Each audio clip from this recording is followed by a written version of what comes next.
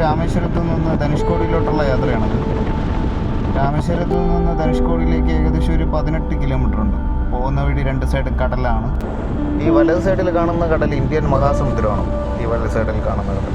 അങ്ങനെ ഇടത് സൈഡ് വരുമ്പോൾ അത് ബംഗാൾ ഉൾക്കടലാണ്. ഈ രണ്ട് കടലും ചേരുന്ന ഒരു പോയിൻ്റുണ്ട് ധനുഷ്കോടി. ധനുഷ്കോടിയെ പറ്റി ചെറിയൊരു കഥയുണ്ട്. ധനുഷ്കോടി എങ്ങനെ ഒരു പ്രേത നഗരമായി മാറി. 1964 ഡിസംബറിൽ ധനുഷ്കോടി എന്ന ഒരു പട്ടണം തന്നെ ഇല്ലാതായി.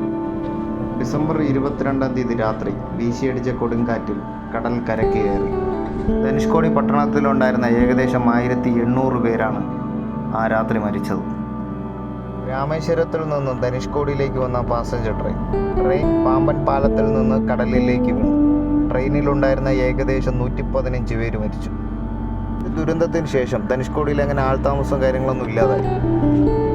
ഇനി മദ്രാസ് സർക്കാർ ഈ ധനുഷ്കോടിനെ ഒരു ഗോസ്റ്റ് ടൗണായി പ്രഖ്യാപിച്ചു.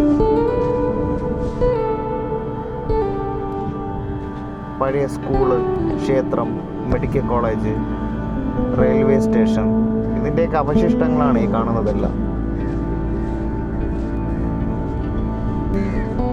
ഇത് റെയിൽവേയുടെ പഴയ റെയിൽവേയുടെ ഓൾഡ് വാട്ടർ ടാങ്ക്.